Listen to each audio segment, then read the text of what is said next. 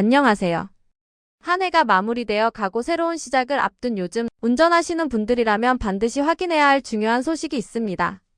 바로 내년부터 우리가 매일 이용하는 운전면허 제도와 도로교통법이 대폭 개편된다는 점입니다. 특히 시니어 운전자분들께서는 면허 갱신이나 승급 그리고 안전기준 강화에 민감하실 텐데요. 오늘 이 시간에는 새해부터 무엇이 어떻게 달라지는지 우리가 특히 주의해야 할 점은 무엇인지 핵심만 짚어서 자세히 설명해 드리겠습니다. 1종 면허 승급 이제는 실제 운전 경력이 필수입니다. 가장 먼저 전해드릴 소식은 2종 보통 면허를 가진 분들이 1종 보통 면허로 바꾸고 싶을 때 적용되는 기준의 변화입니다. 지금까지는 2종 면허를 따고 나서 7년 동안 큰 사고 없이 운전만 하면 별도의 주행 시험 없이 적성 검사만 거쳐서 1종 면허를 발급받을 수 있었습니다. 소위 말하는 7년 무사고 자동 승급 제도였습니다. 하지만 내년부터는 이 과정이 까다로워집니다. 단순히 사고가 없었다는 기록만으로는 부족합니다. 실제로 운전을 해왔다는 것을 증명해야 합니다.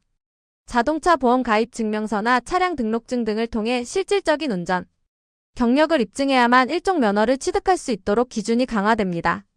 이는 면허증만 가지고 있고 실제로는 운전대를 잡지 않은 장롱 면허 소지자가 곧바로 큰 트럭이나 승합차를 운전할 수 있게 되는 위험을 막기 위한 조치입니다. 도로 위 안전을 위협하는 행위에 대해서는 법의 잣대가 훨씬 더 엄격해집니다. 우선 약물 운전에 대한 처벌이 매우 강력해집니다. 음주뿐만 아니라 마약이나 향정신성 의약품 등을 복용하고 운전하는 행위가 사회적 문제로 대두되면서 내년부터는 약물 측정 불응제가 새롭게 도입됩니다. 만약 경찰의 약물 검사 요구를 거부할 경우 처벌받게 되며 약물 운전이 적발될 시에는 5년 이하의 징역이나 2천만 원 이하의 벌금형에 처해질 수 있습니다.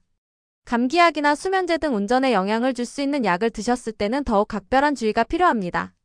또한 상습적인 음주운전자에 대한 관리도 철저해집니다.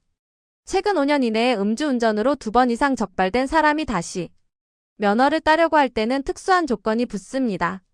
바로 내년 10월부터 시행되는 음주운전 방지장치 설치 의무화입니다. 이 장치는 차에 타서 호흡을 불어넣어 술기운이 전혀 없다는 것이 확인되어야만 시동이 걸리는 방식입니다.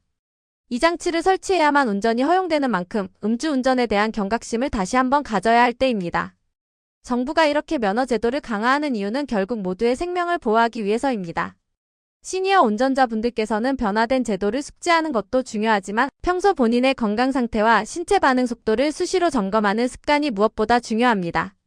야간 운전은 가급적 피하시고 장거리 주행 시에는 충분한 휴식을 취하는 것이 사고를 예방하는 지름길입니다. 이번 제도 개편은 운전자 개인의 책임감을 더 높이는 방향으로 가고 있습니다.